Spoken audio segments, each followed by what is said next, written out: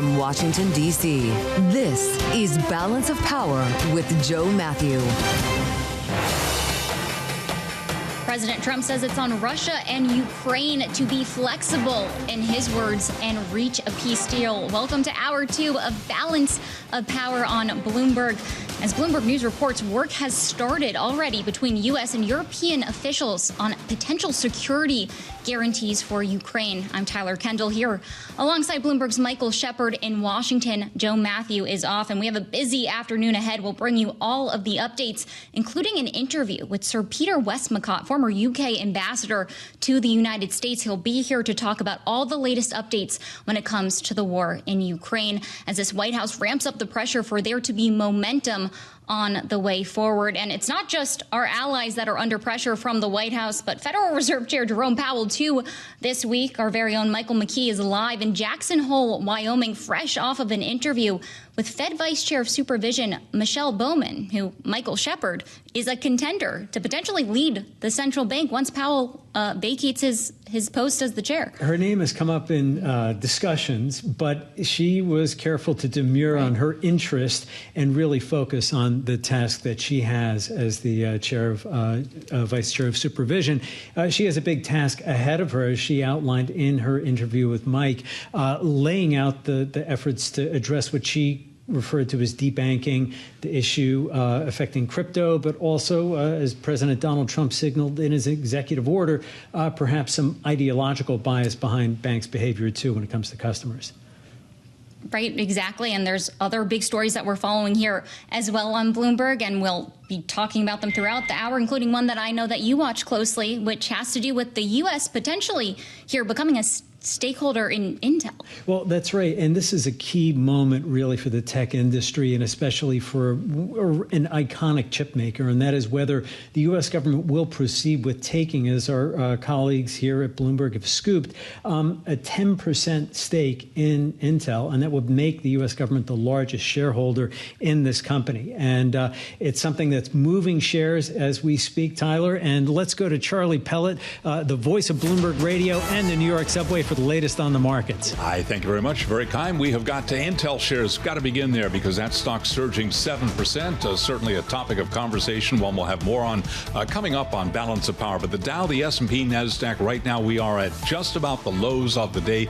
Got to begin with NASDAQ because I'm looking at a sell-off that is intensifying there with the NASDAQ Composite Index down now by 313 points. That is a drop of 1.5%. Keeping it all in context, the S&P just above 6,400, down 40 now, a decline there of 0.6%. Dow Industrials down 13 on the Dow, a drop of just under 0.1%. A slide in the world's largest tech companies weighing on stocks. Big box retailers getting a boost from Home Depot's numbers this morning. Home Depot up now by 3%. The 10-year 4.30% with the 2-year currently yielding 3.74%. Gold down $15 the ounce, 33.17.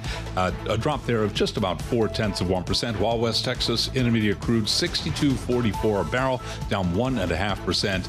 And Bitcoin right now is lower. Bitcoin down 2.7% at 113,385 on Bitcoin. Meta Platforms is splitting its newly formed artificial intelligence group into 4 distinct teams and reassigning many of the company's existing AI employees. It's an attempt to better capitalize on billions of dollars worth of recently acquired talent. All of this, according to an internal memo. Meta Platform shares, they are trading lower now by 2.1%.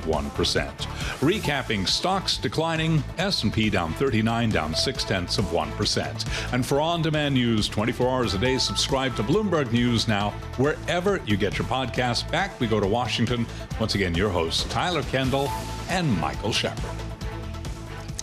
Charlie Pellet in New York for us. Thank you, as always. As Charlie said, I'm Tyler Kendall here alongside Bloomberg's Michael Shepard in Washington, D.C., where it is already shaping up to be a busy news day. We had new reporting this morning from Bloomberg News. People familiar telling us that U.S. and European officials have already started working on plans to bolster Ukraine's military capabilities as part of any sort of security guarantees. This is going to be absolutely crucial in these negotiations going forward, since we know that an initial demand from the Kremlin was for Ukraine to abandon its defense industry, abandon Western military flows. And we heard from President Trump earlier today, speaking in an interview with Fox News, laying out the stakes of what's happening here. I hope President Putin is going to be good, and if he's not, it's going to be a rough situation. And I hope that President Zelensky will do what he has to do. He has to show some flexibility also. They're not going to be a part of NATO, but we've got the European nations, and they'll front-load it, and they'll have some of them, France and Germany, a couple of them, UK. They want to have boots on the ground. Not in. I don't think it's going to be a problem, to be honest with you. I think Putin is tired of it. Joining us now for more is Bloomberg's national security reporter, Natalia Drozdiak, who has been following this story, helps lead our coverage when it comes to foreign policy here at Bloomberg. And Natalia, it felt like one of the big takeaways yesterday was that we did see these firmer commitments from the White House, from President Trump, when it comes to a U.S.-backed security guarantee. But do we have any details on what this is actually going to look like in principle? Well, we did hear a bit more from President Trump today. I mean, he basically ruled out U.S. troops on the ground and described a bit about potentially having air support to provide a sort of backstop to Western forces that would monitor some sort of peace in Ukraine once they reach that deal. But, as you mentioned at the top of this, they're still trying to hash out the details right now. So we know that the national security advisors from Ukraine, the U.S., and the European nations are all trying to figure that out right now, especially ahead of the next meetings. Natalia, I wanted to bring up the next meeting and the idea from President Donald Trump, and one shared by the European counterparts who were there yesterday, would be a bilateral sit-down between Vladimir Putin and Volodymyr Zelensky. But how would that work without perhaps a chaperone, for lack of a better word? And what sort of neutral location would even be feasible, given perhaps some of the U.S. president's estrangement of other neutral locations potentially through tariffs, thinking of Switzerland and Brazil? Yeah, I think that's a great question. I mean, first off, we need to get Putin to actually commit to this, because we haven't actually seen that yet. The Russians put out a statement yesterday saying they were exploring the idea of looking at more senior Russian and Ukrainian officials talking, but they didn't say anything specifically about Putin actually doing this. So we have to see first. But then in terms of where this actually takes place, I think it's a really great question. Switzerland was an idea that was thrown out there, but that's a country that has really clashed with Trump over trade, so that's pretty much ruled out. Hungary is another option, but they have been a thorn in the Ukrainian side for many years, especially over the prospects of EU accession. So that seems unlikely. I think one area or one place where it might be possible would be in Turkey, because we've seen the last round of talks between the Ukrainians and the Russians at the lower level in May were held in Turkey, so that might be an option. Just in our final minute that we have with you, Natalia, what sort of reaction did we see from our European allies? Half a dozen of them descended here in Washington yesterday. I believe it was the German chancellor who said that this meeting actually exceeded his expectations.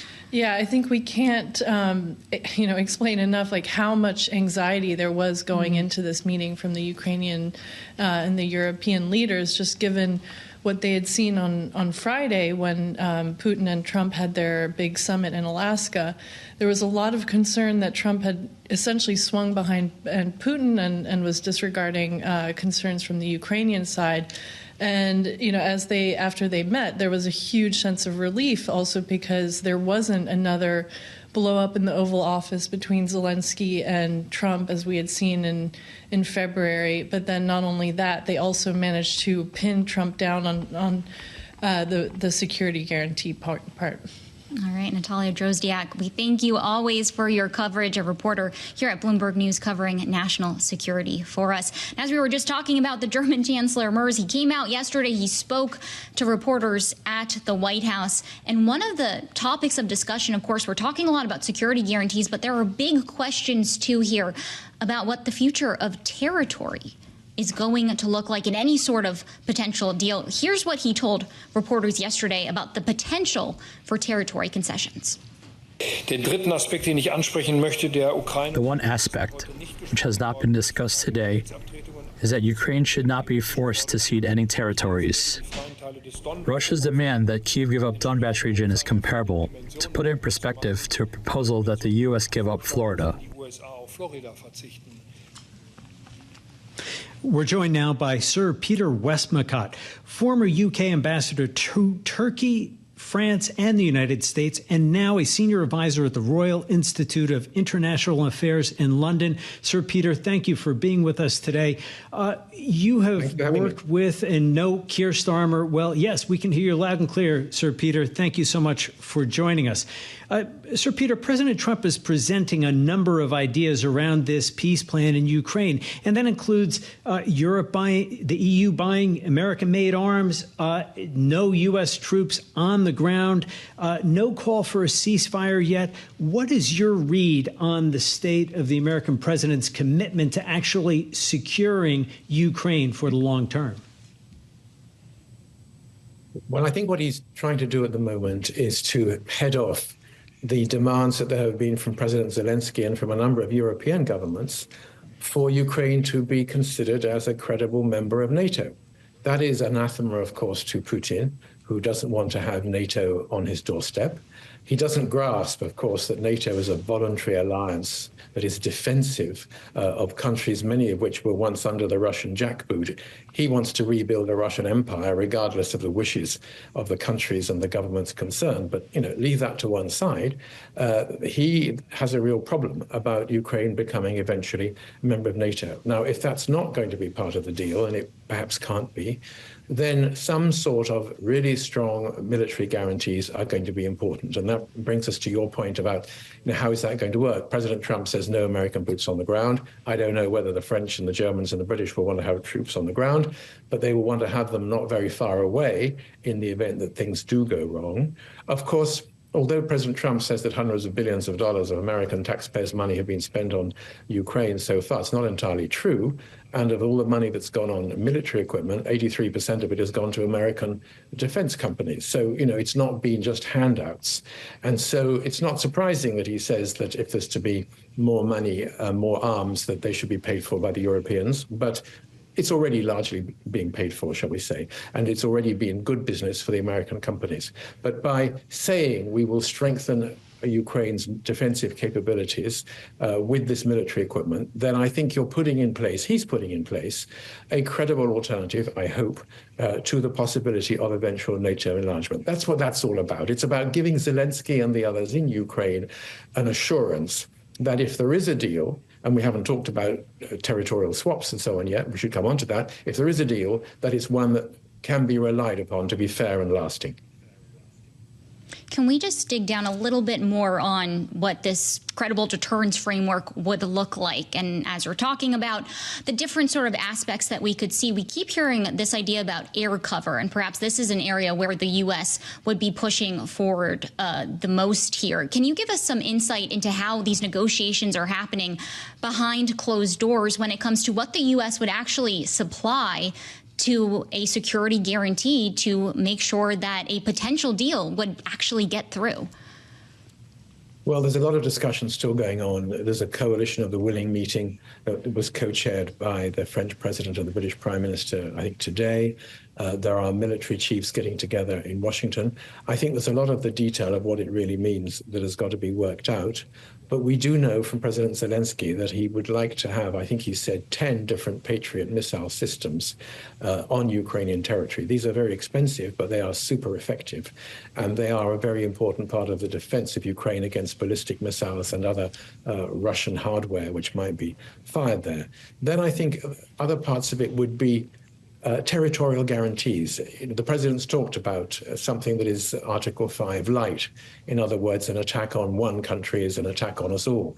That is to say that if Ukraine was attacked, then the coalition of the willing, if not NATO members themselves, would regard it themselves as duty-bound to come to help Ukraine. But there's an awful lot of detail on this military side that's got to be hammered out, and I'm not sure that President Trump is very clear where he wants it to be, but he has understood that there will not be a deal unless there is something like that, and there is an arrangement whereby Ukraine can have its own credible military deterrent and equipment to withstand any further attacks. Because ultimately, nobody trusts Putin to keep his word. Perhaps President Trump does, but nobody else does. Anyone who's dealt with him knows that, as we saw on the eve of the invasion of Ukraine, he lies through his teeth. So there's got to be something which is, pretty strong, pretty credible, if the Ukrainian people and the Ukrainian government are to go along with it. Sir Peter, one thing President Donald Trump has made clear is his desire to move very quickly with this, and outlined together with European leaders yesterday a timetable of perhaps a bilateral meeting between the Russian and Ukrainian leaders within 2 weeks, and perhaps a trilateral meeting, including him, within 3 weeks. Is that overly optimistic, and what are the risks of moving at this pace? Well, one of the benefits of having somebody like President Trump in the Oval Office is that he likes to move fast. Look at all the different things that he's done since he became president. Some of it we may like, some of it we may not. But he doesn't hang around. And he's a deal maker, as he likes to remind us regularly. So, and he also would like to see an end to the killing, as would we all.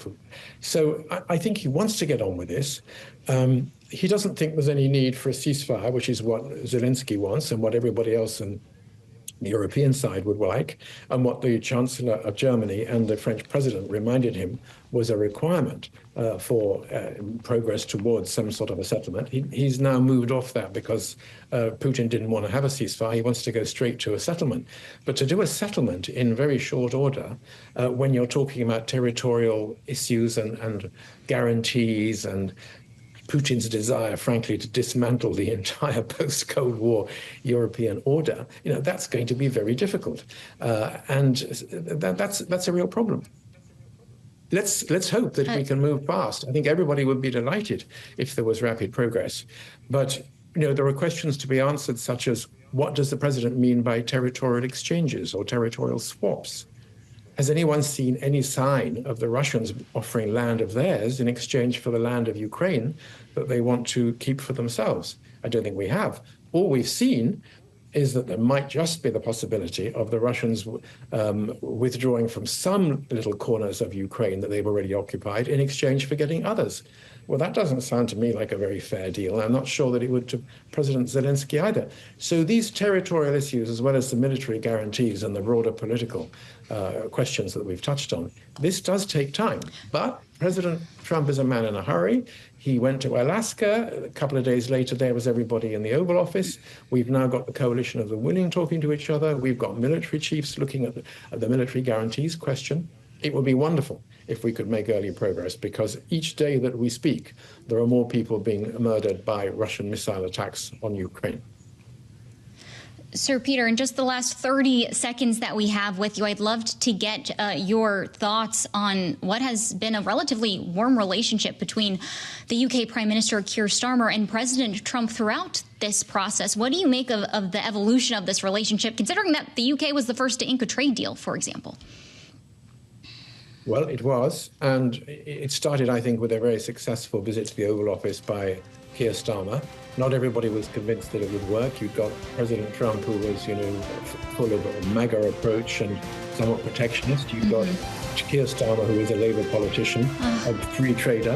How was that going to work out? Sir Peter, I'm so sorry. We have to leave it there. Peter Westmacott, former UK ambassador to the United States, we thank you so much for your time and joining Bloomberg. We'll catch up with you soon. But we're now going to go to a story that's going to take us to Wyoming, because that's where Federal Reserve Chair Jerome Powell will be in the spotlight later this week when he gives remarks at the Kansas City Fed's annual Economic Policy Symposium. That's where we find Bloomberg's international economics and policy correspondent Michael McKee, who's already there on the ground for us in Teton Village, Wyoming. And Mike, earlier today, you sat down with the Fed Vice Chair of Supervision, Michelle Bowman, who told you that she has a lot on her plate at the moment. What did we learn about how she's balancing priorities? Well, for right now, she says she's focusing on the regulatory issues instead of on whether or not the president is interested in making her the chairman to replace Jay Powell when he leaves office in May, or to focus on monetary policy. Now, she did confirm that she hasn't changed her mind on the idea of rate cuts, that rate cuts should go ahead in September and all three remaining meetings this year. But she said the most important thing for her is getting some of these legislative proposals through. One of the ones she's talking about now is the supplementary leverage ratio. Another is the Basel III reforms. The Biden administration had put out a 1,000-page document on that the Fed has basically recalled and is rewriting under her. And then debanking, an issue for the people here where we are today. The crypto conference, basically the Wyoming blockchain conference. And a lot of people here are concerned that banks don't want to take on their business because of reputational risk. And she says the Fed is going to be taking care of that. Mike, widening the angle from the conversation with Michelle Bowman, what are you expecting to hear from Fed policymakers and other attendees there in Jackson Hole when it comes to tariffs and the impact on the economy and how that may be influencing the September rate decision, which some are looking at as a possible cut? Well, I think pretty much everybody agrees that tariffs are inflationary and they are causing some inflation. It's been a question of how fast we see it, and we're beginning to see it more and more in the CPI, PPI, and other indicators. Companies are coming out and talking about raising prices. But then the converse is what's happening with the labor market. We had a very low number of people hired in the last month, and the unemployment rate went up a little bit. Does that signal that we're seeing the economy slow down enough to justify a rate increase, or does inflation mean that they don't want to cut rates? And that's the debate they're going to have, and we'll hear from different people on the Fed about which way they are leaning at this point. We know Bowman and Chris Waller have said they would vote in favor of a rate cut.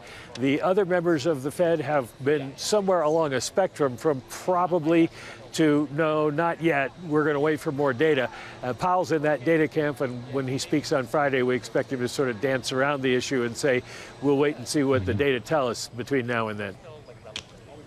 Okay, we'll look forward to hearing more from you, Mike. Thank you so much. We're going to now turn to our political panel. Jeanne, Zaino, Senior Democracy Fellow with the Center for Study of the Presidency and Congress and a Bloomberg Politics contributor, and Lester Munson, Principal of the International Practice at the BGR Group here in Washington. Jeanne, I wanted to start with you again. We can turn to this whole question of tariffs. We did see a little bit of upside when it comes to the U.S. credit rating, thanks to tariff revenue coming in. But let's talk maybe about some of the downside that we could be seeing for consumers down the road. The administration is now widening the application of some of those metals tariffs that were announced just weeks ago. That's right. And that's what we've all expected by some estimates. And we've heard this on Bloomberg repeatedly from some of the economic experts. It's going to be $2,000 per household as a result of these tariffs. And as we get into school shopping season, and then certainly for the holidays, consumers will feel that. And we saw from the University of Michigan Consumer Sentiment Survey released just the other day that consumers are concerned, that they are not as confident in the economy going forward. And there is an upside to this revenue coming in, of course, as you mentioned, but the downside is that tariffs are taxes. And so that money is not coming from foreign countries. It's coming from U.S. companies who will, if they're not already, pass the price of those tariffs on to consumers in the United States. So there's a tendency to talk about these as tariffs on other countries. Of course, they're tariffs we pay as Americans to bring this material in, and companies pay for a certain amount of time until they pass them off to consumers. Well, I want to build on this headline that we did get today that S&P Global Ratings said that tariff revenues will help soften the blow to the U.S. fiscal health. Our article on the Bloomberg says, quote, while Trump's trade war has roiled markets, unnerved foreign governments, and provoked criticism from leading economists, S&P affirmed its AA+ rating for the U.S. Lester, how does the White House balance this with the argument that Jeanne and Democrats are going to be making ahead of 2026? We're already hearing it when it comes to the push and pull here with the tariff policy. Well, I don't happen to agree with the administration on its tariff policy, so I'm much more likely to agree with Jeanne. I think in the long run, tariffs are not at all beneficial to the American economy. There can be strategic moments when you need to protect a certain industry over a couple of years. If you're very consistent and very determined and very focused, you can do some limited good. They can also be a tool to help other countries or to kind of compel other countries to lower their tariffs for American goods and services. But as a long-term strategy, it doesn't make a lot of sense, even if there is some income coming into the U.S. Treasury as a result of this. That's effectively a tax on Americans, and it's generally a very regressive tax. So it falls more harshly on people who can less afford that kind of additional cost. So I think it's not a smart move. It may help the fisc a bit over the short term, but again, in the long run, a tariff policy is kind of doomed to failure. The U.S. has benefits from open trade, free trade. And if we can find those, go back to those multilateral deals, we'll be in a much better position than under this current structure. Jeanne, we've talked here about tariffs, but I want to get to another element of the president's policy when it comes to companies in particular. And we've seen news broken by Bloomberg over the past week about possible U.S. investments in Intel, a struggling chip maker and yet an iconic one for the United States of America. Is this a good policy move? It certainly is a pivot for the Republican Party away from a very much hands-off approach when it comes to the corporate sector. Yeah, absolutely, Mike. And it has been fascinating to watch how Donald Trump has dominated and changed the Republican Party in so many ways. I mean, we were just talking, of course, about isolationism a few minutes ago. And in terms of his approach to fiscal policy, as Lester just mentioned, tariffs, of course, and now this. And I think Donald Trump in this regard is representing well what he ran as, which is a populist. And this is something that he can turn to his base and say, this is what we are joining with these companies. This is what we are asking of them. So it is quite a shift for the Republican Party in this regard. And I think it's something that we will hear more about during the campaign. Donald Trump likes to tout his relationships with the business community, and he wants to show that it's going to benefit his base. And so I think that's what he's setting up for 2026 and, of course, for the Republican Party going forward. We do want to bring you some breaking news here. The White House press secretary, Karoline Leavitt, is briefing reporters in the White House briefing room as we speak. If you're watching us on Bloomberg television, and for our radio listeners, you see Karoline Leavitt there at the podium taking questions, and some headlines crossing the terminal in just the last few moments. Leavitt says that the president has ruled out boots on the ground in Ukraine, as our allies are talking about those security guarantees in any such potential peace deal. She also said that accommodations for a Putin-Zelenskiy meeting is underway. That is that bilateral meeting that we heard President Trump talk about in his post on Truth Social yesterday, but we have yet to get confirmation from the Kremlin that that meeting is going to take place. Lester, to get your thoughts on the strategy here as we bring the conversation back to foreign policy and the meeting that we saw yesterday here in Washington, what sort of strategy are we seeing from the White House as they try to show some forward progress, some forward momentum here, getting all of these leaders together at the White House? Well, no surprise on the no U.S. troops on the ground. I think we all kind of knew that going into this whole scenario, that just wasn't very realistic. But if it's true that we're pushing towards a Putin-Zelenskiy meeting, that is a modest victory for President Trump. They have, of course, those two have not talked. They're at war with each other.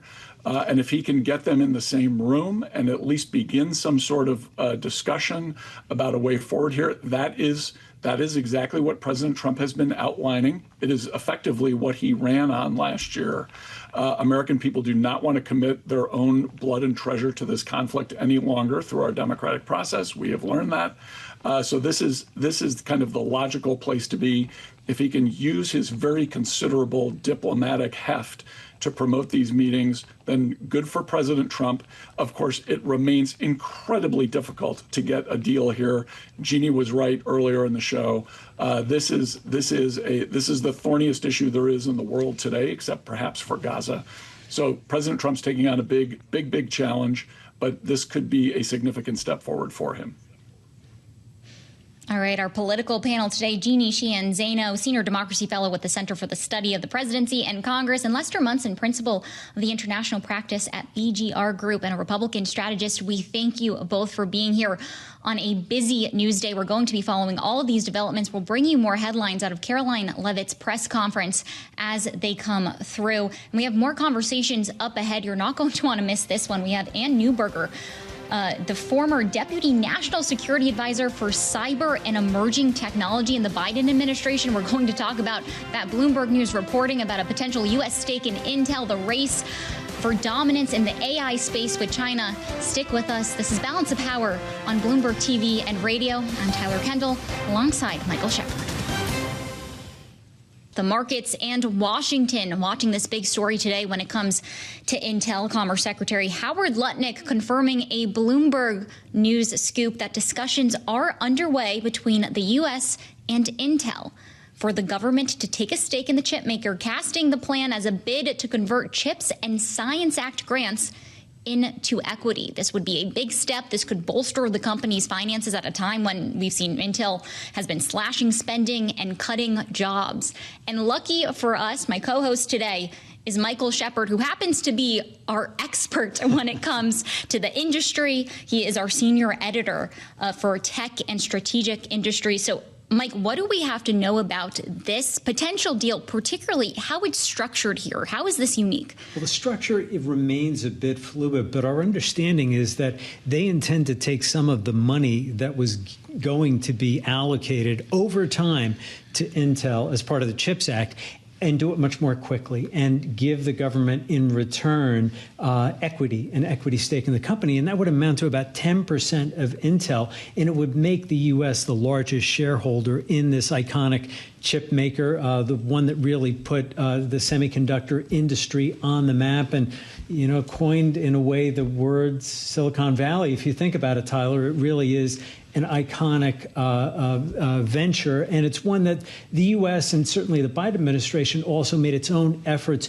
to try to shore up domestic chip making. But some of the questions Howard Lutnick did answer were, what governance role would the U.S. have? Would it take a board seat? Would it get a golden share? At least for now, it doesn't look like that is going to be the case. But that could all change. The negotiations are still underway. It's still kind of a fluid situation. So we will have to see what emerges. And of course, Intel is up today because they also got good news of an investment from SoftBank, a $2 billion equity stake from them to help on the artificial intelligence front. So there's a lot of movement in this whole chip space right now. Well, a lot of movement, right? Because this does seem like perhaps a reversal from President Trump, right? Because just a couple weeks ago, he was calling for the ouster of the head of Intel right after we saw this inquiry or this request for documents from a leading U.S. senator over some ties to China. It really was an extraordinary turnabout because you saw within a matter of days the president pivot from calling essentially for Lip Bhutan, the Intel CEO, to resign, to then welcoming him to the White House and then essentially calling him a great leader and a great CEO, embracing whatever vision he may have presented to the president about turning the company around. And yet the turnaround that Lip Bhutan is pushing may not comport entirely with the U.S. effort to try to get more investment in the chip industry. It's an expensive proposition, and it also requires a lot of customers for Intel. So this is a major challenge for the company and for the government, and we'll have to see what tension there is between the two. And we're pleased today to be joined by Anne Neuberger. She is the Payne Distinguished Lecturer at Stanford University and a former Deputy National Security Advisor in the Biden Administration for Cyber and Emerging Technology. And thank you so much for joining us. And we do want to stay on our main story of the moment in this area of tech with Intel. The question I have for you is, what are the risks of the U.S. actually taking a stake in such a critical company and essentially becoming an owner and owning whatever problems it may have? Good to be with you, Mike. Thank you so much. So the core risk is that it doesn't achieve the overall goal. What's the overall goal? I think we know that the global semiconductor supply chain is both fragile and concentrated. While over just about 50% of chips are designed by American companies, only 12% of chips are manufactured in the United States, and 92% of the most advanced chips are manufactured in Taiwan, which gives both a unique dependence on the economic side, and from a national security perspective, it's deeply concerning with regard to potentially a crisis around Taiwan and the dependence on manufacturing in Taiwan. So the goal of a U.S. investment would be to essentially help in this strategic sector, help the company be successful, because having domestic U.S. manufacturing is so critical because of the range of uses of semiconductors, from defense and military to critical infrastructure, all the way through to connected toys our children play with. And at the same time that we've seen the Trump administration discuss whether to buy a portion, in essence, of Intel, we've also seen them open the door, essentially, to NVIDIA to resume sales of some of its AI chips to China, and perhaps even sell a downgraded version of its more advanced Blackwell AI chip to Chinese customers. Is this a good idea? The Trump administration certainly thinks so in terms of disseminating the U.S. tech stack, but what are the risks embedded in that strategy? As you know, both are core to the larger strategic tech competition the U.S. has with China, right? The goal of the first, an equity stake, would be to say the potential is to take the model that worked with the 2008 bailout of the auto industry, an equity stake tied to outcomes, restricted to a time period, again tied to those outcomes, and replacing the Biden administration approach, which was grants and loans, which the CEO of Intel said was taking too long and potentially has the risks of reducing the competitiveness of the company. So that's what's driving in terms of the broader U.S.-China tech competition and ensuring there's a sovereign capability for chips. On the high end, NVIDIA chips and AI is a strategic arena, both because of the application of AI for military and intelligence capabilities, as well as the broader economic competitiveness that we believe AI over time will drive across industries. So as a result, currently, the highest end U.S. chips manufactured for AI are manufactured in the U.S. And balancing providing them to China, or whether broader uptake of the U.S. AI stack would drive global development on U.S. chips, is the trade-off the Trump administration has been thinking about and making. A number of people criticize the decision to provide highest-end chips to China because of a concern it'll advance Chinese military capabilities. Certainly, the CEO of NVIDIA makes the case that it'll deepen global reliance on the U.S. tech stack for this critical new industries being built on AI. We do want to bring in some breaking news headlines from the White House press secretary, who has now concluded her briefing at the White House. But as we're having this conversation, she was also having this conversation with reporters, commenting on this story on Intel, saying that the Commerce Secretary, Howard Lutnick, is currently ironing out the details of that deal. She said that it is a creative idea, in her words, as we try to glean some more details about what its structure is actually going to look like. And she adds that President Trump's interest in this really does have to do with reshoring manufacturing. To build on this conversation, And can you just give us a little bit more context here about the urgency that the U.S. is facing when it comes to competitiveness in this space, and how the White House is dealing with those different factors here to try to strike a balance between making sure that our producers or companies have enough time to move their supply chains, but also keeping up with this idea that we are in this race with China? Absolutely. So the core issue is around manufacturing of advanced edge semiconductors, and that's where there is an urgency in changing Intel's course. Intel's facility foundry plant in Ohio has been delayed until 2030. So accelerating the time frame for foundry capability so there is a backup in the United States is key. With that said, chips are components used across industries. Companies have supply chains, so having more reliance and understanding of when chips will be available in the U.S., at what quantities, frankly, at what sizes, larger end, which are used in consumer products, all the way through the most refined, smaller semiconductors, which are used in high-end products. So really having a knowledge of helping Intel meet its timelines and tying potential equity stake to those timelines also would give greater assurance to the number of sectors relying on chips, because so much of manufacturing is still just in time and needs to rely on knowing when chips will come where. And I wanted to pivot a little bit to the other area of your expertise, and of course that is cybersecurity. And I wanted to ask you about how much artificial intelligence is changing the game when it comes to both defensive and offensive cybersecurity operations. It's a game changer across both. First, it's always easier to be on attack than defense, right? An attacker has to find one way in. A defender has to be monitoring every virtual door and window. What we're seeing now on the attack side is more attackers leveraging it for spear phishing, very focused emails that get people to click on them that are often the first point of entry and compromise, making them more believable. We're seeing that on offense. I think we also can anticipate that we'll see more advanced attacks, multi-stage attacks that use AI to adjust as a defender tries to defend. And I'm concerned that one of the first areas we'll see that is in the burgeoning ransomware industry, where criminals, often in safe haven countries like Russia, try to attack companies that have insufficient defenses in order to force them to pay a ransom to get back their data or get back the operations of their network. On the defense side, AI can be a game changer in terms of actually helping identify misconfigurations in a network, making sense of firewall logs that are often hard to parse, and automating a lot of the manual work around cybersecurity. We're just seeing companies build in AI for defense. Google announced, they had used an AI capability to find a major vulnerability in one of their products and patch it. DARPA at the recent Hackers Conference announced the second phase as well of using AI to not only find but patch vulnerabilities. So the race is on. It'll advantage both. And I think the race is really on to see which one advances further.